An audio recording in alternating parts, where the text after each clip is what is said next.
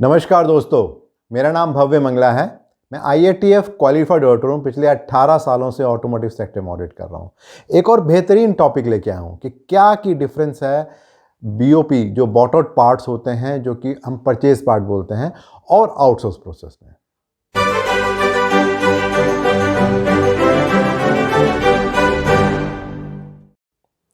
तो जनरली अगर हम देखें, इंडस्ट्री में देखें या घर में देखें, तो कुछ ना कुछ हम परचेज़ करते रहते हैं। से फॉर एग्जांपल किराने की दुकान से हम आटा, चावल, दाल ये सब लेके आते हैं। मे बी कोई इलेक्ट्रॉनिक कंपोनेंट हमें कुछ चाहिए हो, मोबाइल चाहिए हो, मार्केट में जाते हैं, उसे परचेज़ करके आते हैं। कई बार हम ऑनलाइन शॉपिंग से भी खरीदते हैं।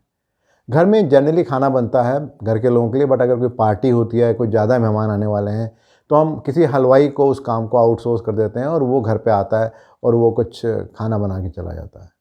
कुछ कुछ इसी तरह का मैन्युफैक्चरिंग सेक्टर में भी होता है। स्पेशली अगर मैं ऑटोमोटिव सेक्टर के पर्सपेक्टिव से बात करूं कि जब हम बॉट आउट पार्ट्स के बारे में बात करते हैं, तो प्राइमरीली जो हमारा इंटेंट है वो ये है कि वो कौन से कंपोनेंट हैं या सब असेंबलीज हैं जो कि हम परचेज़ करते हैं किसी बाहर के सप्लायर से, रादर देन कि उसको हम ऑर्गेनाइजेशन के अंदर बनाएं, क्योंकि शायद वो कॉस्ट इफेक्टिव नहीं है या हमारी वो कॉम्पिटेंस नहीं है। अगर इसको एक दूसरी भाषा में कहा जाए तो प्राइमरीली ये जितने भी पार्ट्स हम परचेज़ करते हैं, ये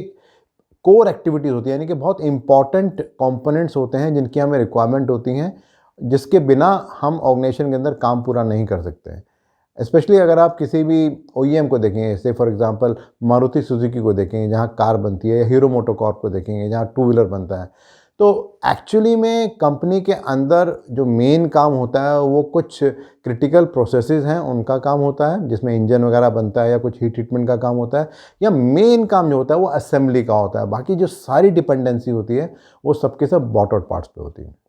अगर कुछ एग्जांपल की बात की जाए इंडस्ट्री के पर्सपेक्टिव से बॉट आउट पार्ट्स की, तो हम बात कर सकते हैं with respect to CRCA sheet, कोई रॉ मटेरियल्स आ रहा है, प्लास्टिक कंपोनेंट है, प्रिंटेड सर्किट बोर्ड, वायरिंग हैनर्स, बल्ब, और इस तरह के ढेरों चीज़ें हो सकती हैं जो कि एग्जांपल हो सकते हैं with respect to bought out part.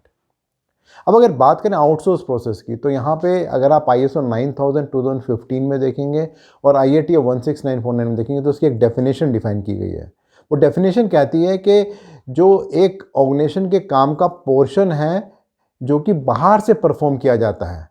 यानी कि हम कंप्लीट एक्टिविटी की बात नहीं करें, हम बात करें कोई खास पर्टिकुलर काम जो कि हम बीच में से बाहर से कराते हैं। इसको एक दूसरे वे में कहा जाए तो प्राइमरीली अगर हम ISO 9000 या IATF के पर्सपेक्टिव से बात करें, तो जो एक्सटर्नल ऑर्गेनाइजेशन होती है जहाँ हमने आउटसोर्स किया होता है, वो स्कोप का पार्ट नहीं होती ऑडिट का, लेकिन जो हम ऑडिट करते हैं उसमें ये जो आउटसोर्स प्रोसेस है वो विद इन स्कोप होता है, और वहाँ देखा जाता है कि किस तरीके से इन बातों को टेक केयर किया गया है।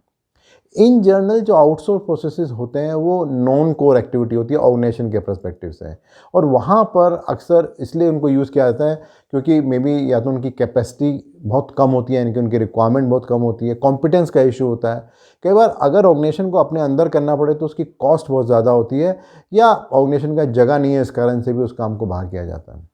और इन जनरल जब आउटसोर्सिंग किया जाता है तो उसका मेन पर्पस होता है कि किस तरह से कॉस्ट को कम किया जा सके, एफिशिएंसी को किस तरह से इम्प्रूव किया जा सके, स्पीड को कैसे बढ़ाया जा सके, और किस तरीके से जो कंपनी के मैन्युफैक्चरिंग प्रोसेस को हम किस तरीके से फ्लेक्सिबल कर सकते हैं। अगर बात की जाए कुछ इंडस्ट्री के एग्जांपल की, तो अगर आप देखेंगे न्यू प्रोडक्ट डेवलपमेंट में जो प्रोटोटाइपिंग होती है वो एक अक्सर एक आउटसोर्सिंग प्रोसेस होता है। बहुत जगह जो टूलिंग बनती है, जो मोल्ड्स हैं, डाइज हैं, फिक्सचर्स हैं, गेजेस हैं, वो भी हम आउटसोर्स करते हैं। बहुत जगह पर अगर मैन्युफैक्चरिंग प्रोसेस के पर्सपेक्टिव से बात की जाए, जो हीट ट्रीटमेंट प्रोसेस होता है, इलेक्ट्रोप्लेटिंग प्रोसेस होता है, वो भी अक्सर आउटसोर्स प्रोसेस होता है। और आउटसोर्स प्रोसेस के लिए खास तरह के कंट्रोल्स हैं जो ISO ने और IATF ने डिफाइन किए हैं, जहाँ पे वो बोलता है कि एक डॉक्यूमेंटेड प्रोसेस होना चाहिए, जहाँ पे किस तरीके से हमें सप्लायर को सेलेक्ट करना है, किस तरीके से उसको इवेल्युएट करना है, किस तरीके से हमें इंश्योर करना है कि अगर कोई प्रॉब्लम आती है उसको किस तरह से एस्केलेट करना है, या अगर परफॉर्मेंस ठीक चल रही है या वो क्रिटिकल प्रोसेस नहीं है तो किस तरीके से हम ये इंश्योर कर सकते हैं कि वहाँ पर हम उतनी रिक्वायरमेंट्स को ना देखें या उतने डिटेल में ना जाएं। बट अगर हम बात करें दोनों ही बॉट आउट पार्ट्स की और आउटसोर्स प्रोसेस की, इन दोनों में ही कुछ बातें कॉमन होती हैं इंडस्ट्री में। और जो कॉमन बातें रहती हैं वो सबसे पहली बात तो सिलेक्शन प्रोसेस की रहती है कि दोनों का ही एक सिलेक्शन प्रोसेस होता है, दोनों में ही परफॉर्मेंस की मॉनिटरिंग भी रहती है, और इन दोनों के केस में देखा जाता है कि जो सप्लायर का जो क्वालिटी मैनेजमेंट सिस्टम है वो कितना इफेक्टिव है। और दोनों में ही इंपॉर्टेंट होता है कि किस तरह से सप्लायर को डेवलप किया जाए और उनकी इनकमिंग इंस्पेक्शन, उनके जो बाकी सब कंट्रोल्स हैं उन सब को भी वहाँ पे अप्लाई किया जाता है। अगर बात करें कुछ इंडस्ट्री की चैलेंजेस की with respect to bought out parts और आउटसोर्स प्रोसेस, तो जो सबसे पहला चैलेंज अक्सर देखा जाता है कि इनकमिंग पार्ट्स के लिए तो बहुत सारे कंट्रोल्स ऑर्गेनाइजेशन में लगे होते हैं, बट आउटसोर्स प्रोसेस के लिए अक्सर कंट्रोल्स या तो बहुत लिमिटेड होते हैं या कंट्रोल होते ही नहीं, उनको हम इंपॉर्टेंस ही नहीं देते हैं। जो दूसरा चैलेंज रहता है वो ये रहता है कि इनकमिंग पार्ट्स के लिए तो एक बहुत अच्छा प्रोसेस होता है with respect to performance monitoring, कि उनकी performance with respect to quality, delivery,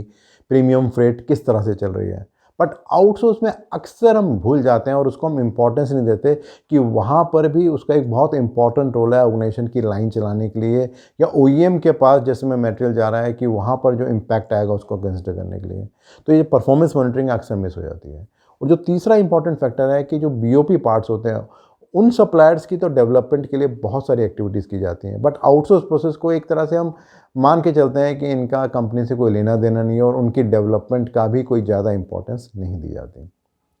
सो अगर मैं समरी करूं, मैंने आपको बताया कि क्या होता है बॉट आउट पार्ट्स, क्या होता है आउटसोर्स पार्ट, किस तरीके से इन दोनों में डिफरेंस होता है, क्या कॉमनैलिटी है दोनों में, और क्या इंडस्ट्री के चैलेंज हैं जो इस समय चल रहे हैं।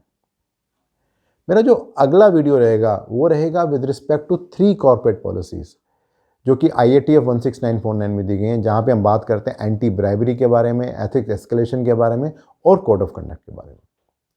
रेगुलरली बहुत सारे फीडबैक्स आ रहे हैं आपके और हेल्प कर रहे हैं मुझे अंडरस्टैंड करने के लिए आपकी क्या एक्सपेक्टेशन है। सो प्लीज़ उसको आप कंटिन्यू कीजिए। और अगर इस पर्टिकुलर वीडियो को आप और डिटेल में जानना और समझना चाहते हैं तो नीचे आपको एक लिंक मिलेगा, उसे आप क्लिक करेंगे तो एक ब्लॉग में आप जाएंगे और वहाँ पर और डिटेल में इस पर्टिकुलर वीडियो के बारे में आप समझ सकते हैं।